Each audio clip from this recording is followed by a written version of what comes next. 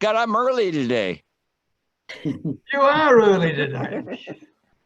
But we're going to try and finish within the hour. I mean, I know we're a little bit late. Just hang in a moment, if you don't mind, everybody. How are you? Been a long time since I've seen Penny.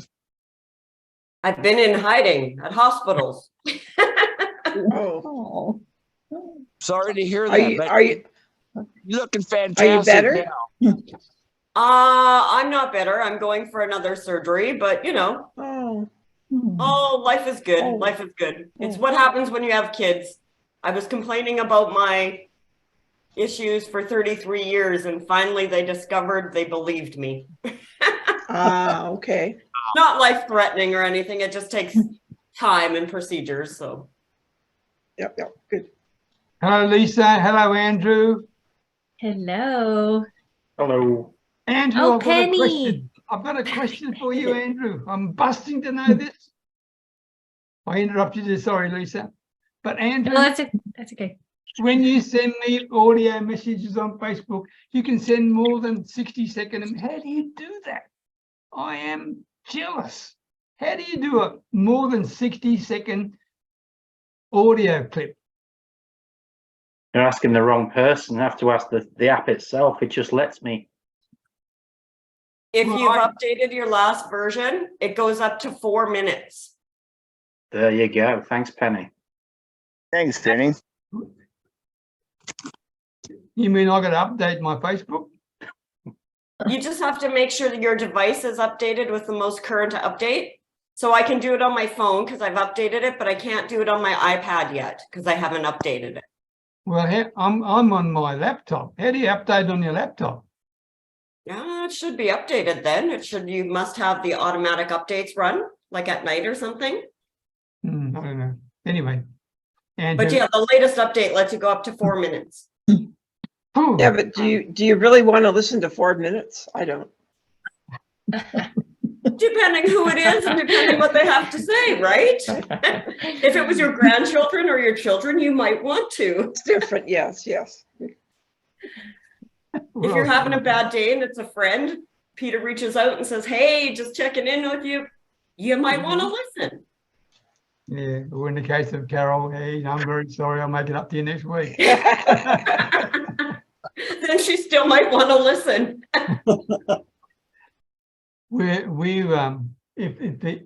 If I disappear, I apologize, but our what do you call it? Our system is not very stable just now. We've got a huge funeral about 30 meters away, right? This man, a very sad, beautiful man, our neighbor, passed away in his kitchen yesterday morning, right? Boom, just like that. And I'll be going there after this call again.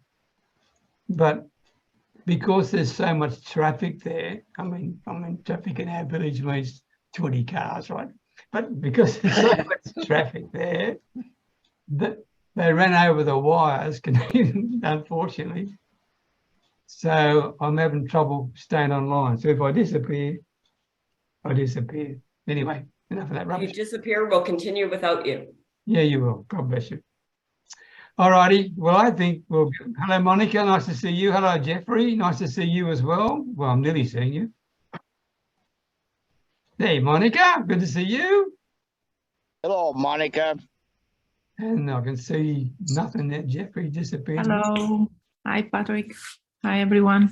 So, hello, everybody. Welcome to the next episode of Your Next Level Mastermind.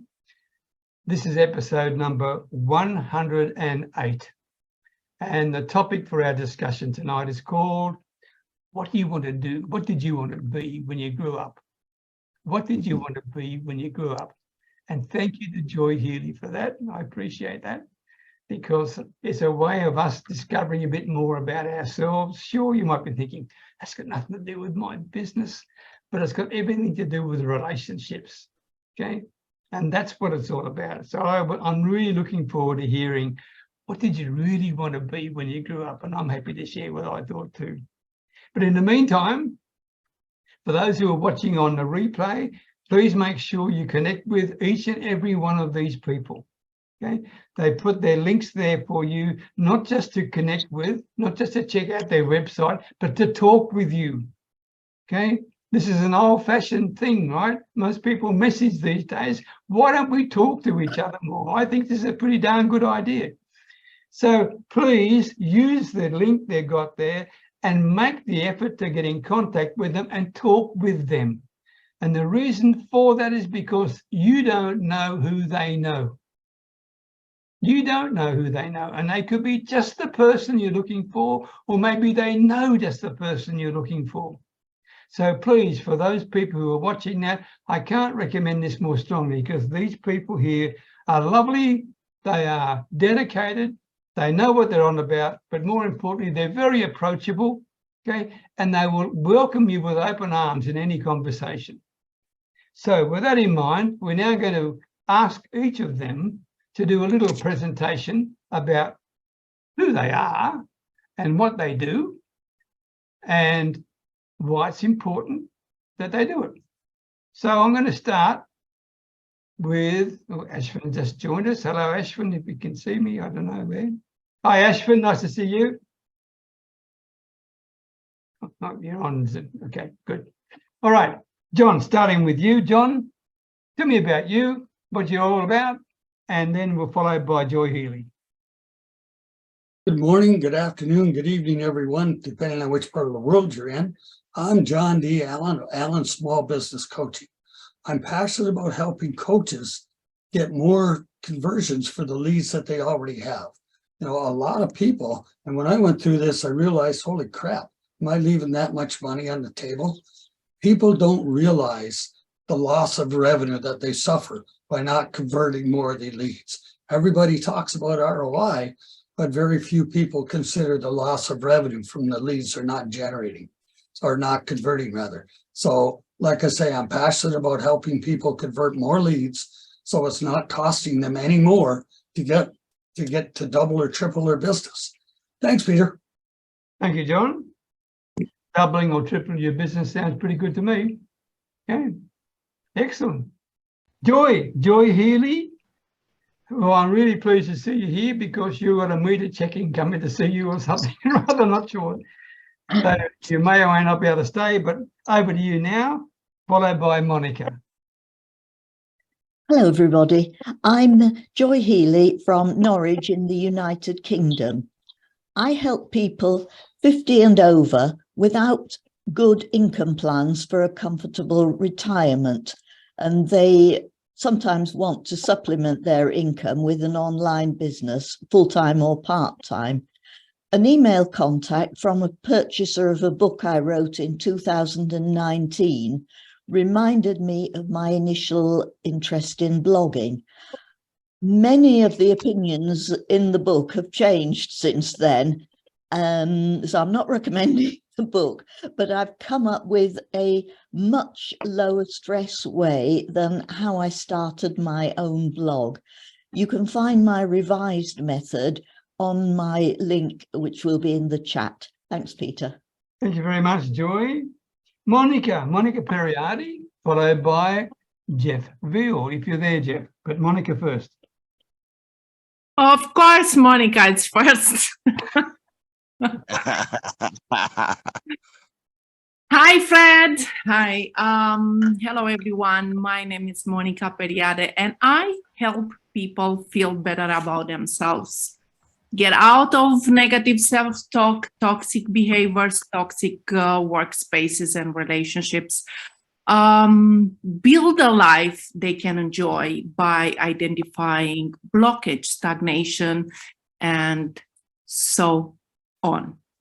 So this week, I'm looking for anyone that wants to have a conversation about personal development and in general about online business. Thank you, Peter. Thank you very much, Monica. And I can tell you, you are coming through loud and clear. Okay, no doubt about that. By the way, nice to see you, Lisa, and welcome. Good to see you, Fred. Thank you very much for joining us, matey. All righty. Jeff, are you there? Jeff Beale. Followed by Mark Enstar. No, I'm not sure where you are, Jeffrey. Well, how about we go to you, Mark? Mark Inkster, followed by Lisa McClelland. I'm a wealth making opportunities consultant and entrepreneur. I'm based in Hamilton, New Zealand. And I have a strangers community, which is our not-for-profit, and formed the strangers group, which is social enterprise, help support charity,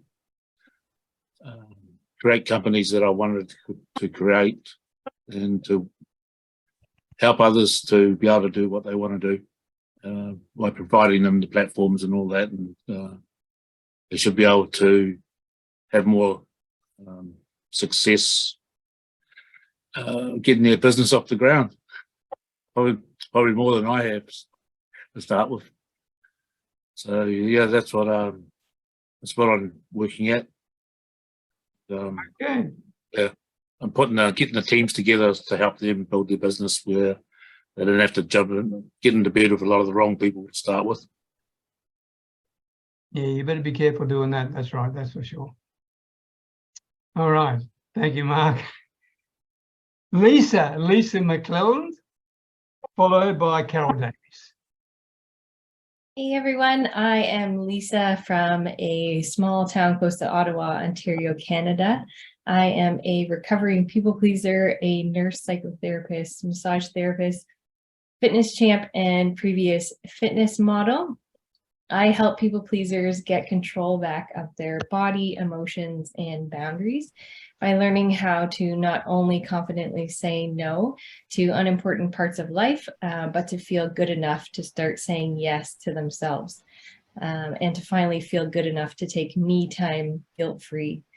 Ultimate empowerment really is knowing your worth and then confidently telling others. Thank you, Lisa. Short and sweet, but right to the point. Thank you. Okay, Carol Davies, followed by Fred Gillen. Morning, everyone. My name's Carol Davies.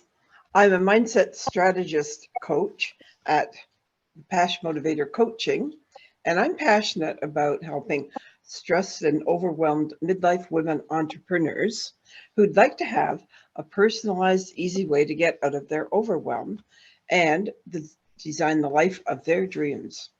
I am in Ontario, Canada. I work globally through the internet. So this week, I'm looking to talk with women entrepreneurs who want to feel great again, who look forward to their life and have their business just be so exciting. They spring out of bed and say, this is a great day, and everything falls into place just the way they want it. Thank you. That sounds pretty darn good to me. I'd like to have that every day, Carol. Thank you very much. Well done. Okay. Fred Gillen, followed by Andrew Kavanagh. Thanks, Peter. Sorry for being late. I was just working away and then I realised the time. But now I know we're here. I'm Fred Gillen. I run a digital agency called More Marketing Ideas, and I help small businesses get seen online. But more importantly, I help them engage with their clients. And you'll see it behind me. That's actually what I do. Just hang on a second, Jeff. Yeah, so what I do is I help clients with their engagement and follow-up, because the money's in the follow-up. And if you're not following up with clients, then you're probably losing a lot of valuable dollars in the bank. And we help you automate that. So what I've got is I've got access to a full feature CRM software. And we've now just added another feature to it where we can actually manage, you can manage your own Facebook ads through the CRM.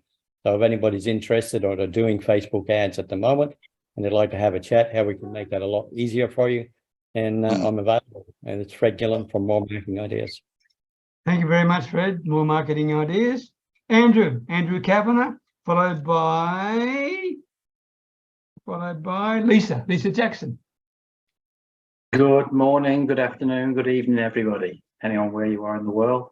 I am Andrew Kavanagh from Wise Choices, a business coaching service that supports and serves business owners through my Choices roadmap. which helps them systemize their business, resulting in freeing up their time, reducing the errors in their business, increasing their profitability through scalability, and massively raising the value of their business.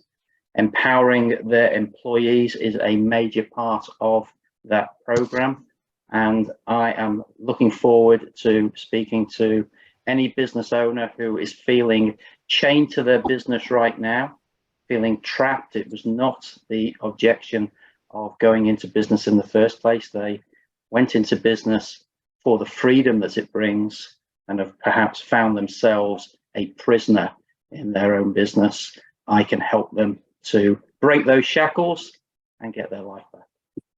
That sounds pretty darn dramatic to me, Andrew, and it sounds pretty good. Well done. Well done. Okay, Lisa Jackson, followed by Jeff Beale.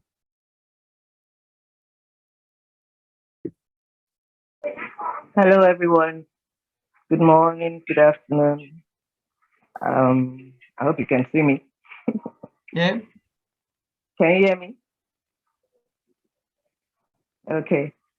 I'm Lisa Jackson, Nigerian, based in Edo State, Benin City, and I'm a fashion entrepreneur. I am into Nigerian fabrics, Adire, Ankara, and all that in customized way. And I've been getting it out of the country gradually, especially since I started attending this training, and it's been wonderful having to connect with people outside my locality. So that's what I do basically, apart from all the other little things around it. Thank you. Thank you very much. Thank you very much indeed, Lisa. Okay, Jeff Veal, followed by Ashwin Nui. Hello guys, my name is Jeff Veal. I'm the master marketer or the business guru. They say do things in threes, and the reason I came in late and having trouble, I had to try 3 different cameras, but we finally got one up and running, so better late than never. Guys, I've got a digital marketing agency here in the Philippines. We've got over 34 team members now.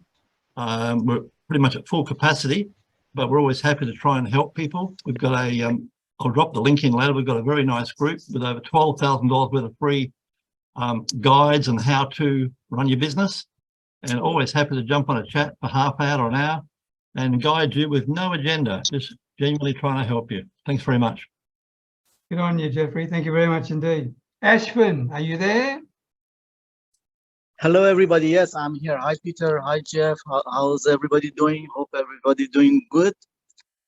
My name is Afshin Nuhi, and I help small businesses to grow. I'm from Richmond Hill, Ontario, Canada. And the question I have for you is, are your clients slipping through your fingers? I mean, it happens to all of us, actually, and we take the return of our clients for granted. And as we all know, it takes at least 12 times as much harder to get new clients. So it's better to keep the existing one and have them to come back to us and be loyal. And there is a solution to that. If you're interested, you can contact me at afshinnuhi@gmail.com. Thank you. Thank you, Ashwin, very much indeed. Pat Kern, bicycle extraordinaire. Sorry about that, Patrick. That's quite all right, my friend. Good morning, Internet world. What's up? My name is Patrick Kern, and I'm a affiliate marketer for My Daily Choice, the house of brands. My Daily Choice is blowing up the internet marketing industry as we know it today. Josh Swagel and his beautiful wife, Jenna, they're just taking the marketing business to the next level, especially on 420. 420 is going to be the ultimate selling hemp works, cannabis products in the world. So anyway, I'm looking for people who want to change their life to become a healthier person with the help of CBD. It's a beautiful thing. I use it day in and day out, and let's work together, become a team, and make a little bit. Guys, have a beautiful, safe, and blessed day.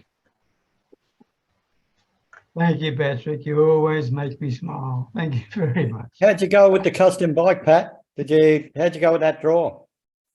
That draw is still going on. This Thursday is for the final 5. And after the final 5, I'll go into the semifinals or the wild card if I stay in second.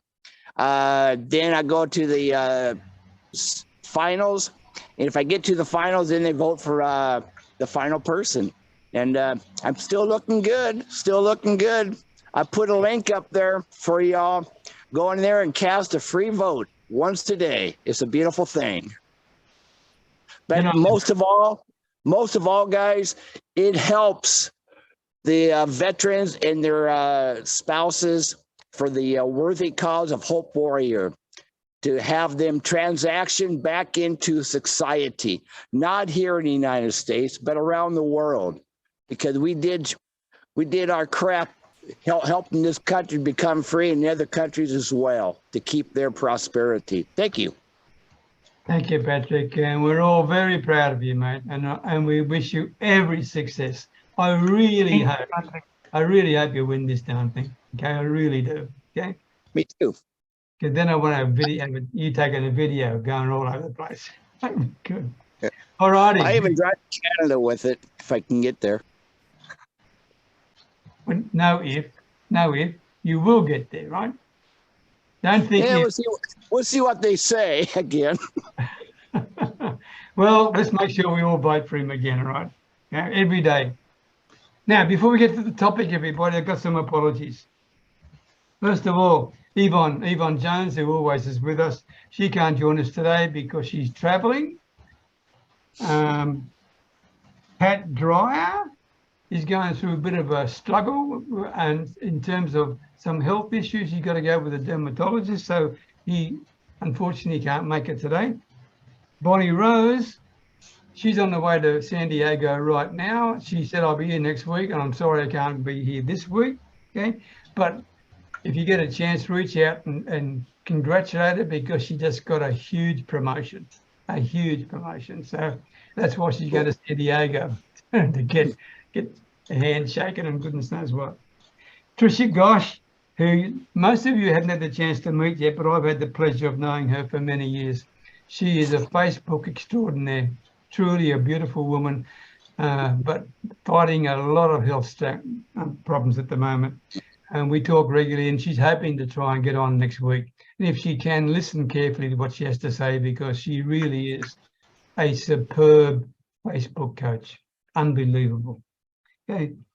Other apologies are from Janet and Anthony Pacelli. Both can't make it today. And John Moss. John Moss will be here next week. He unfortunately can't make it this week, but he said, please tell them that what he wanted to do when he grew up was to be a BBC cameraman. That's all he ever wanted to do, a BBC cameraman.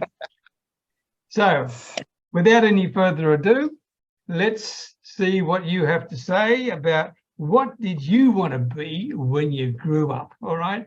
And cool. All I want you to do is to put your hands up, and I'll take you in the order. But to make it easier for you, if you're a little bit shy about this, I'll start, just to throw a few things in. What did I want to be, okay?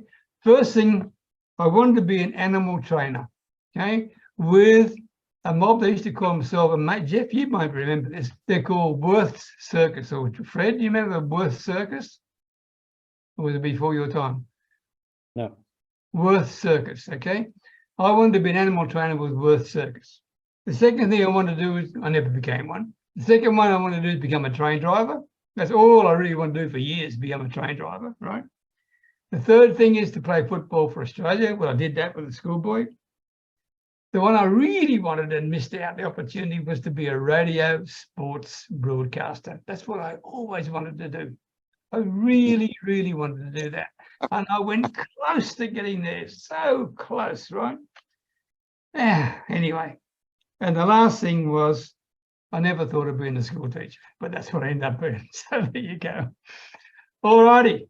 Joy, over to you, because it's your topic anyway. What did you want to be when you grew up? Yeah. Right. Well, aged 3 years old, I took a shine to the dustbin man, and I wanted to marry him. I'm sure he was a fine chap. By the time I was about 10, the entrepreneurial bug had bitten, And all I wanted to do with my life was take over one of Mum and Dad's news agency shops.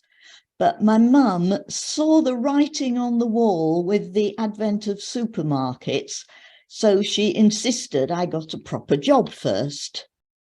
I had to smile about Lisa's reference to being a people pleaser, because my idea of a proper job was to be an air traffic controller.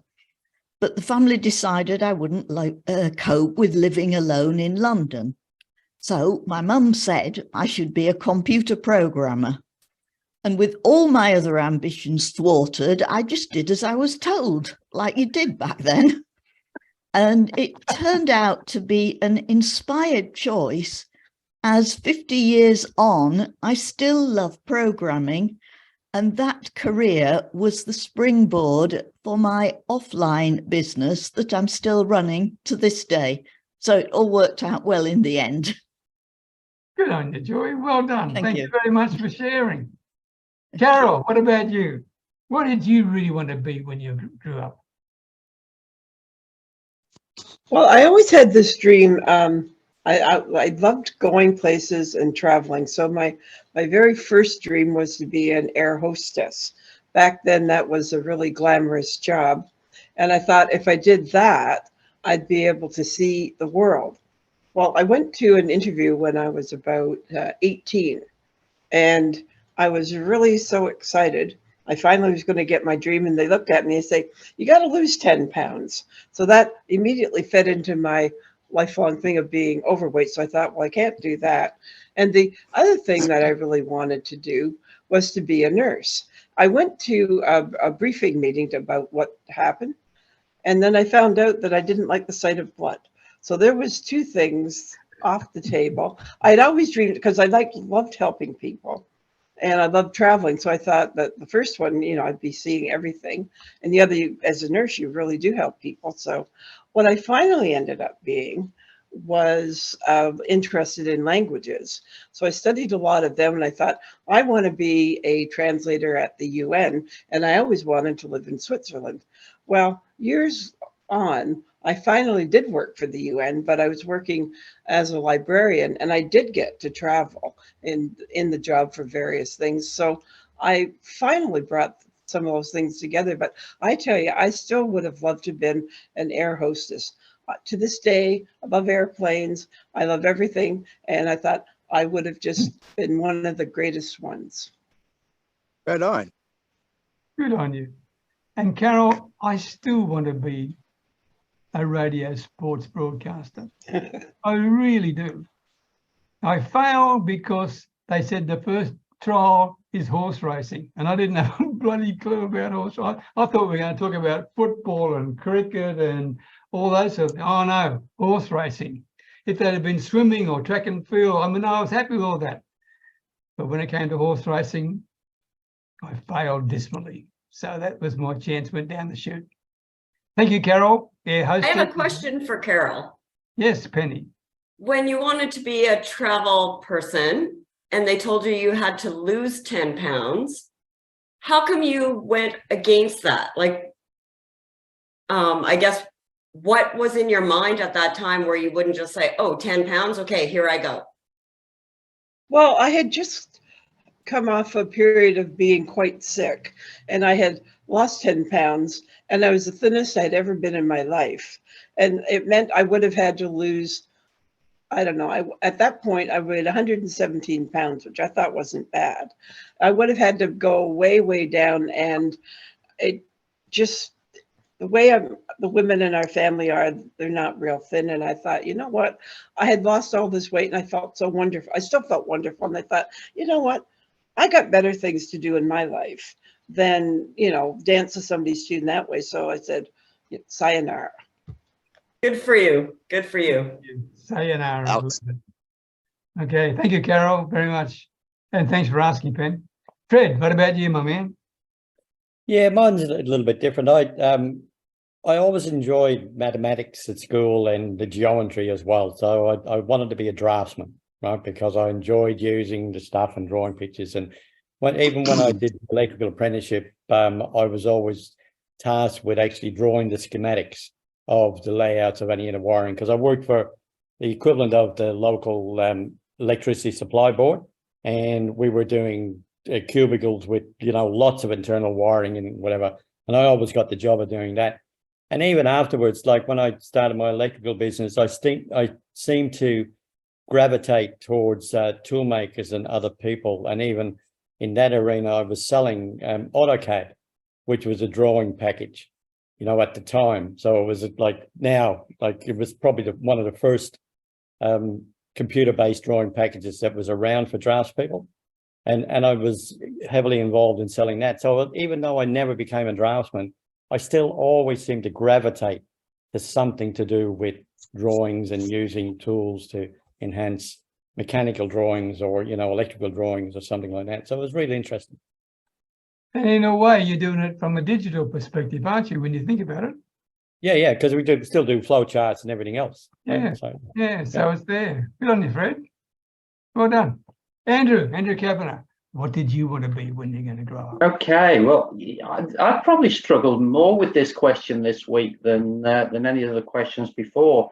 And I looked deep into the question, what do I want to be when I grow up? And I've had that many people who've told me that, when are you going to grow up? Right. I'm kind of not quite there yet. Anyway, so I guess I'm still open to having my dream job when I grow up. As a kid, I was just football mad, and I was just listening to you, Peter, and going, hang on, you know, we've been stealing each other's show notes, because I wanted to be a footballer, but unlike you, did you actually say you played for Australia? Australia, yeah, Australian schoolboys. Wow, I'm impressed. I was useless. I wasn't even going to play for the school team, let alone at an international level. So, and then would you believe? Yeah, I said, well, okay, well, I'd say, how do I get to be involved in football? Well, I'm going to be a football commentator. So I used to commentate all the time, all the games that were on and all the rest of it. But alas, that never came about. So, well, hang on, hasn't come about, because I say I still haven't grown up yet, so it's still open there. And as I got into the later years, like Fred has just said, it was all about numbers. I love numbers. So my degree was in statistics, but yeah, life has taken me in a different, just in an entrepreneurial space, but I still love that number space. So good on you. Thank you, Andrew. Yeah. We are very similar with some of our things, right? Scarily so. Yeah, scary. And by the way, I haven't given up on the sport broadcasting. I mean, it was only 2 weeks ago when I contacted ABC in Australia, ABC Radio Sports, and we've been talking. Okay, I mean, I'm not looking for a job. Don't misunderstand me, but they're fascinated by this old bug who lives in Thailand who doesn't miss a game, right, with them, because I've got a football team I keep following. They get walloped every week nearly. Okay, but I've been interviewed with them live now 3 times. Okay. Wow. So when I send an SMS message to them, they always get, if I get the chance, they have a chat with me. So I'm getting there. That's about as close as I'm ever going to be to a sports broadcaster. This comment. Anyway, that's an example of persistence, isn't it? It's brilliant. It's called brilliant. It's called a love of football. That's what it is. So anyway, John. What is football, by the way? What football are we talking about? I was playing rugby league and rugby union, not Aussie rules, not soccer. Okay, I was referring to soccer. Okay. Actually, I was lucky because I actually represented in both codes. In both codes. Anyway, that's last century. John DeYellen. It was interesting. My dream job growing up when I was knee-high to a grasshopper was always to be a cop. Now, I had a slight challenge. I was 132 pounds soaking wet with rocks in my pocket, and it had to be 158, 160 pounds to be a cop. There's no way I was ever going to do that. So my next brainstorm was join the military, because they didn't give a damn about your weight. So I went and joined the military and became a military cop. That was an interesting but short-lived experience for a couple of years. Me and the military didn't see eye to eye. Something about I was good for following orders as long as I thought they were good, but when they weren't, I didn't want to do it. So, me and the military, we had a difference of opinion sometimes. So when I got out of the military, I didn't know what the hell I wanted to do. So I just bounced around from a lot of different jobs and ended up going into security, which was a lot like the cops. So then I decided I wanted to be the head of one of the companies. And I ended up achieving that goal. I ran the province of Saskatchewan for Garda Security, the fourth largest physical security company in the world, 733 employees under me. But I learned one thing real quick: corporate sucked, and you had to do a whole lot of crap to get anything done. So, I retired from that job and fell into coaching, and it's something I love doing. And like Andrew, I'm going to live to 120, so I still got 50 plus years to go. So I got a long ways to go before I grow up. Right on. Love your style, John D. Allen. I love your style. Okay. Kennedy, and it's so good to have you back with us. And I know I'm so glad to be difficult here. time health-wise, so it's nice to see you. Thanks. So mine is nothing big like you guys. Growing up, I always wanted to be a waitress or a hairdresser. And I say that because my sister was a waitress, and she's quite a bit older than me, 22 years older than me. And I got to watch how happy people were just to come and sit and have someone serve them and socialize and relax and visit and just enjoy their time. So that was my main reason for that. A hairdresser, because people always feel beautiful when they leave there. Like, guys look clean, they feel good, they're confident when they walk out. And I did waitress for 35 years, as well as went to school and worked other jobs. And I still do waitressing once in a while for like big Christmas parties and that kind of thing. I'm quite known and requested every Christmas. So that's a good thing, I guess. Other than that, I wanted to be a professional dancer. I've been dancing since I was 2. And I did teach at a dance school. I didn't become professional per se, but I've won many, many medals, many trophies. I competed in the Canadian Championships and I won silver on that. So I kind of feel like I achieved that goal. I still do dance, more recreational than anything. I do teach classes once in a while. But I ended up getting 17 university diplomas in law and accounting and HR and business admin. And I do none of that. For the last 10 years, I've been an engineer draftsman, which is Fred's dream job. And I hate it. I hate coloring. I hate drawing. I hate AutoCAD. I hate Esri. So that's just me in a nutshell. Right on. Pretty good nutshell. Thank you, Penny. Very much. Yeah, I achieved quite a few of those goals, so I was impressed. What kind of dance? Oh, I do clerical, jazz, tap. What else do I? Okay, that's what I'm teaching currently. We do two-stepping and like old-time dance, barn dance from back in the day. Wow. Did you say Wade tap used to dancing? teach with me, but in the last year and a half, he hasn't been able to. But yeah. Penny, did you say tap dancing? I competed and won silver in tap for Canadian champions. Yeah. You're going to make a video for us one day and put it in the group of you tap? Oh my goodness, you don't want to see that. Yeah, we do. Yes. Because we do. that's almost a lost art these days. Pardon me? That's true. That's almost a lost art these days. Oh, it is not here. Lots of people, even grown adults, taking adult classes and going hard at it. Well, not in our group in the Facebook, there's not. So how about you make a video? I'd love to see it. That's going to be embarrassing. I'll think about that. Yeah. Try line dancing as well. Line dancing? Line dancing. That's my son's job. He's good at that.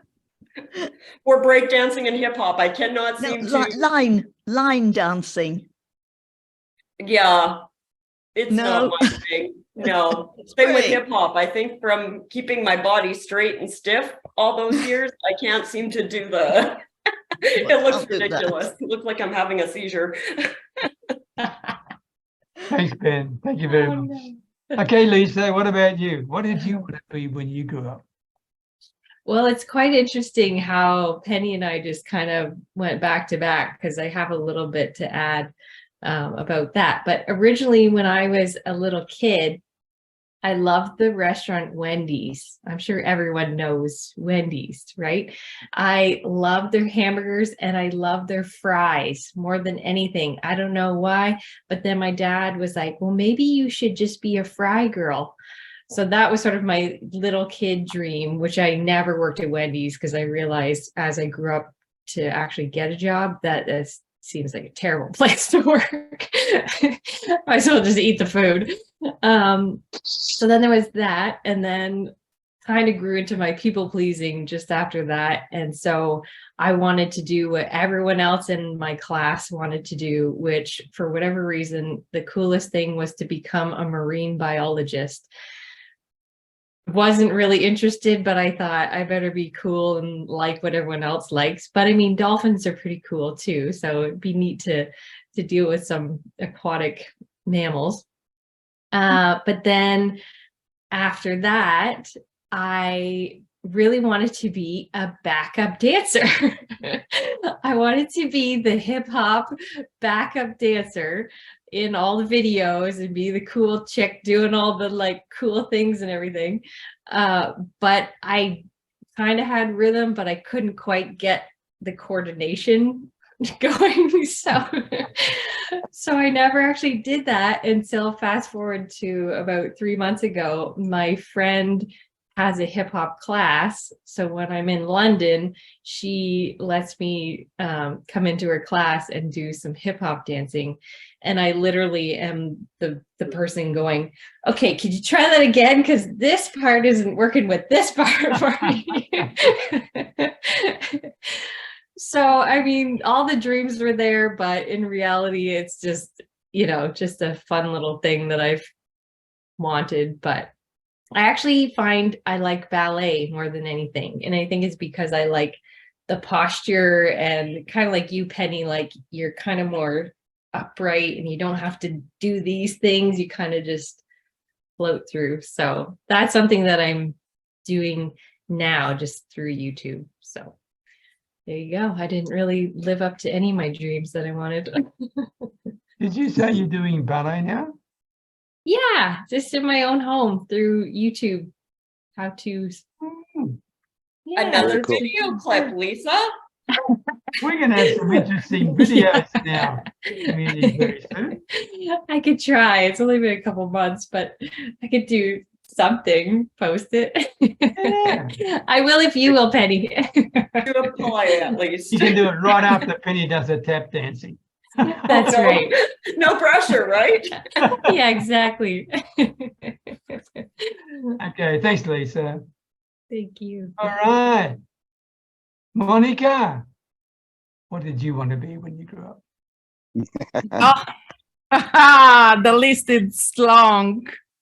And what did I want to do, and all the jobs that I had in my life. Oh my God, both lists are long. But I see a kind of a connection. Well, I wanted to be a psychologist. I wanted to be a teacher, a TV presenter, an actor, so many things. But a poet, a writer. So today, I think I'm a little bit of all of that. And I did waitressing, I did work as a personal assistant, executive secretary, receptionist in big hotels, work with big corporates and so on. And I end up being a bit of psychologist, a bit of a writer, a bit of a poet with my posts and everything. And I think a bit of presenter. It's the TV that is missing. Good, Very cool. good. Thank you very much, Monica. All right. Jeffrey, what about you? What did you want to be when you grew up? A good, very good question. I still haven't, like a lot of people here, still haven't grown up. I think I had the entrepreneurial spirit very young. When I was about 9 or 10, I had a paper run, and I quickly worked out I didn't like doing that, so I got someone else to do it for me. Then I spoke to my boss, and I got 5 other boys working for me. So I had 6 boys working for me when I was 10, and I was getting 20% of their money. I was getting a cut from that. And then I did a lot of different entrepreneurial things. I used to go to the local soccer oval and collect bottles. You probably remember, Peter, bottles were either threepence or sixpence if you returned a bottle. I used to do the same. So I made on a good football day, and we had a football field right in front of our house. On a good day, I'd make as much as my dad's salary for the week. But I never told them that, and I used to hide all my money behind I played cricket and had a lot of good photos. I used to hide all my money behind my cricket photos. And I had hundreds of dollars or hundreds of pounds back in those days, hundreds of pounds hidden behind all my cricket photos in my bedroom, ready for the big day when I was going to escape. When the day they told me to get out, that's the day I took the money and left. And that's a funny story. The grand final was on, and I said, I'm leaving. And my dad said, or my stepfather said, over my dead body. And I said, being a kid, I said, oh, that can be arranged. But what they didn't know was, during the day, I'd taken the screen window out of the window, so the screen was gone, and I hopped in my pajamas like a good little boy, but I had my clothes underneath. So he was popping his head in the door every now and again to see, what I was up to, and I pretended to be asleep. And then finally took my pajamas off out the window, and away I went, never to return. However, he probably missed the grand final sitting outside my bedroom door. So I was happy about that. But moving forward, guys, I had, believe it or not, I was pretty good at sport. I played both Australian rules and cricket, and I was pretty good at both of them. And I had over 200 jobs between 14 and 28. And I used to tell my bosses, the first thing I'd tell them was, boss, I can't stay back Tuesday night or Thursday night, because that was either cricket training or football training. So I'd say, I'll work till 4 o'clock, but I'll stay back late the other nights. That was my conditions of employment. It was my way, or I don't do the job. Anyway, having 200 jobs and working for all these idiots, I decided to work for a lunatic. I started working for myself. And being entrepreneurial, I went and hired a ferry on Sydney Harbour, worked out how to get 2 pieces of Kentucky Fried Chicken and some coleslaw. Got some rock gut wine. It was all the food you can eat, all the wine you could drink on the floating disco on Sydney Harbour. And I was making $2,000 a week when salaries were only $100 a week. So I was killing it. I moved on. I've been entrepreneurial all my life, and I think it's got a lot to do with being lazy. I mean, I think entrepreneurs, we're happy to work 60 or 70 hours for ourselves, so we don't need to work 40 hours for a boss. That's how I look at it. So that's basically it, guys. The main thing I wanted to be, I wanted to be rich, and I've achieved that several times over and lost it and got it back again. And I wanted to help people in business, but I just do find that I really do believe, I didn't at the time, I believe that 90% of people are just not cut out for business. Because to be in business, you've got to be a risk taker. And I'm a risk taker. I've taken risks all my life, and they don't all pay off, but the ones that do pay off big. So my advice to you guys is take a risk. Pretty simple stuff. Take a risk. That's it for me, guys.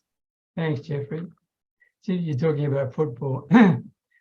I actually was in the Guinness Book of Records at one stage, no longer there.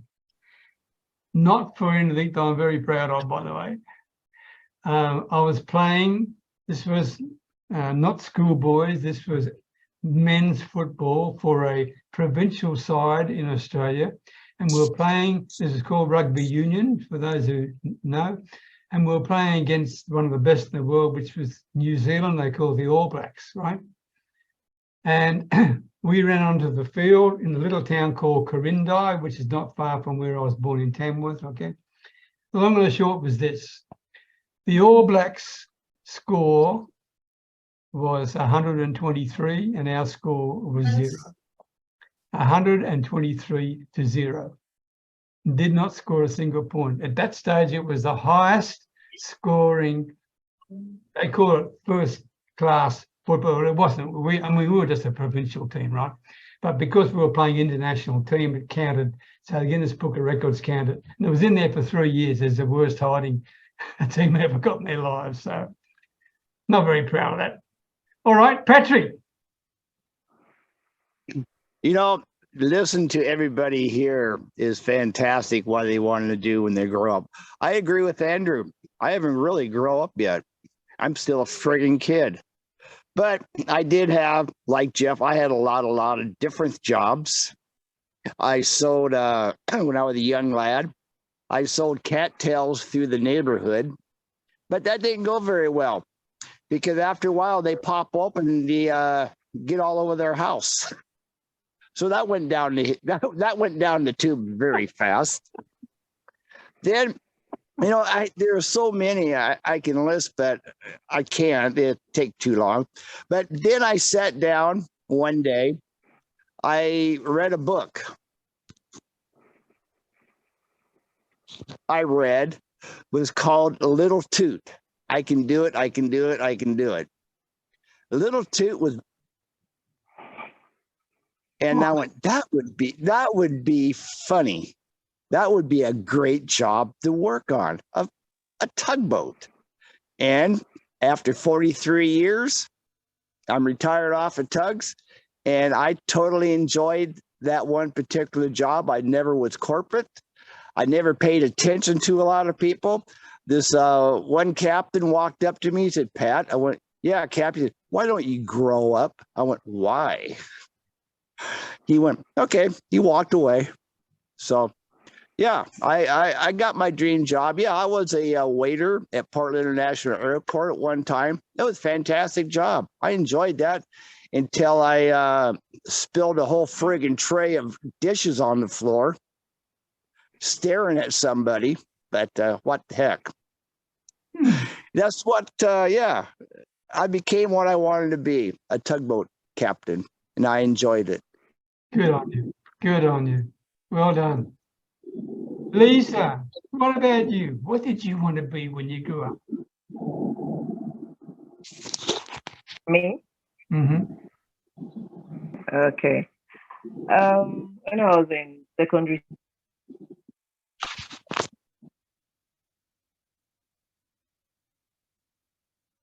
I've lost you.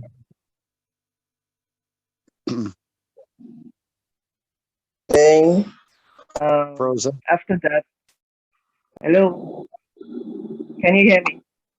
Actually, the audio is not so good, Lisa. Okay, I said when I was in secondary school, I wanted to be a computer scientist. I loved computers and I liked playing with it. But my dad wanted me to be a medical doctor. And when I got to find out about how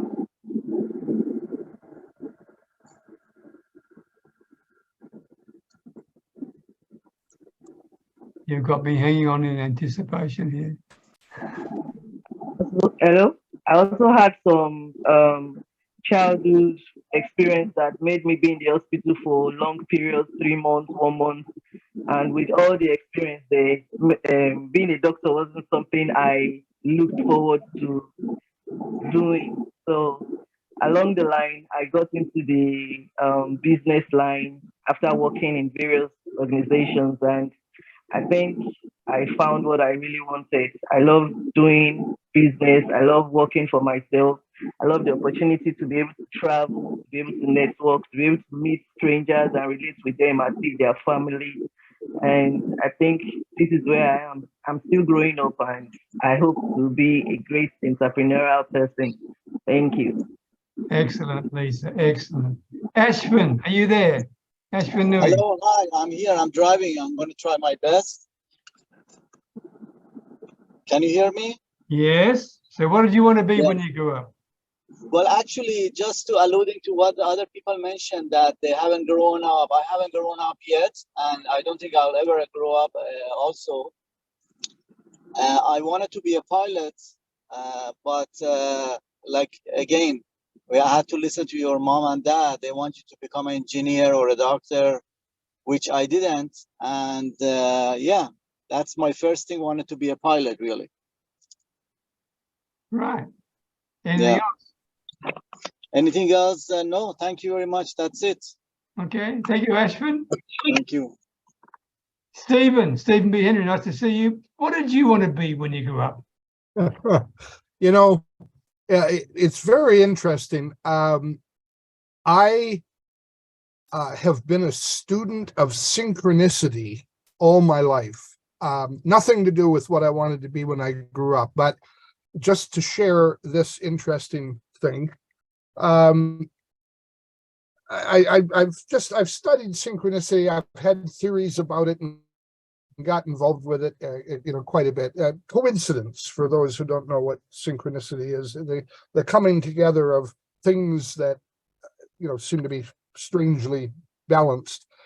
And yesterday I was in a new group and I shared my answer to a series of questions that they wanted, not the usual Facebook questions, but they wanted me to do a Facebook Live in the group to answer 5 questions.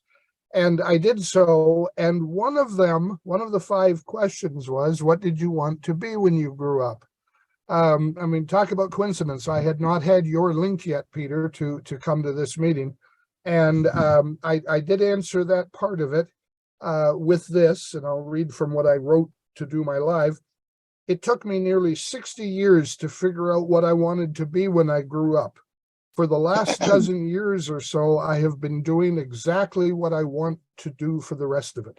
So I thought that was a pretty powerful thing to say. And when I saw your link, I knew I had to be here. I'm sorry I'm late, everybody. Quite all right. I just couldn't make it earlier. But what I wanted to be when I was young was to be a detective. I read the Hardy Boy books, all 47 of them from cover to cover as a young child, and fell in love with that genre and wanted to be a detective. I had the amazing opportunity to become a private investigator licensed in the province of Ontario by the Ontario Provincial Police. I was I also had an agency, a private investigation agency license that's very tightly controlled in Ontario. I was the youngest person ever to get that license, to qualify for it, and no one had ever had an agency license without having police or military background, and I had neither. So I guess I got to do what I wanted to be when I grew up. Today, as most of you know, I'm a instructor and guide and mentor to people online who are either in business or wanting to start their business. And it was in my 59th year that I discovered that was really what I had been preparing myself for all my life. And here I am doing exactly what I want to do. So I have been very fortunate indeed. Thank you. Well done. You're blessed, Stephen. Well done indeed. Mark Inkster. Come on. What did you want to be when you grew up in New Zealand? There must be something. I just knew I wasn't going to grow up because I'd listened to my mother, and she was always moaning about my father never growing up. And of course she'd always say, "You're just like him."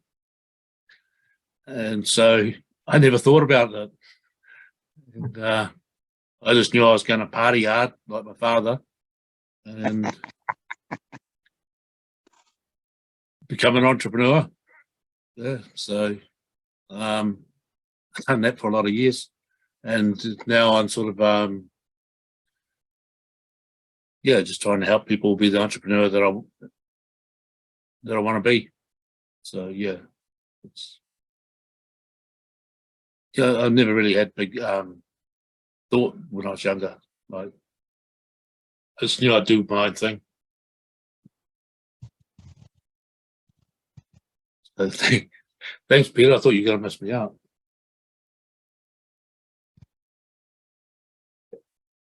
Oh, he's gone. He's gone to that party.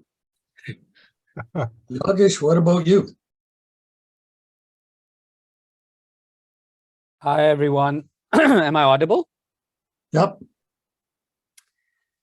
I remember when I left high school, I wrote 3 things I wanted to be. One was entrepreneur, the second was actor, and the third was politician. I'm still in the entrepreneurial spirit. I've been doing the family business, and then I moved to Dubai, and then now back to China, still doing the export-import business. Yes, in between, I discovered my want to, if not just acting, but to perform. So I got into public speaking and teaching public speaking to the youth. I also wanted to be a wrestler at one time, not because I'm physically very strong, but I just love the way, they have the storylines and they perform and how the stories are done. I still watch wrestling till today, though I know it's fake. But it's just the performance part of it that I really enjoy, how they get the storylines. I guess I really want to be a storyteller. Even as an actor, you're actually telling a story, but you're performing. So I love performing. You can throw me on stage. I won't be prepared, but I can just speak for hours. So I'm fine with that. And yeah, the politician part will come much later in life. So that's the 3 things I've always wanted to work on. Well, thanks everybody for showing up. Download the chat, and Peter will get this out to us ASAP, or when he normally does it. So great having everybody here, and again, thanks everybody. Have a great week, and look forward to talking to you next week. Thank Bye you. for now. Thank you, great leader, John. Bye, everyone. Nice to Bye. see you. Bye. Thanks, John. You're a great deputy. Bye, Lisa. Bye. Bye, everyone.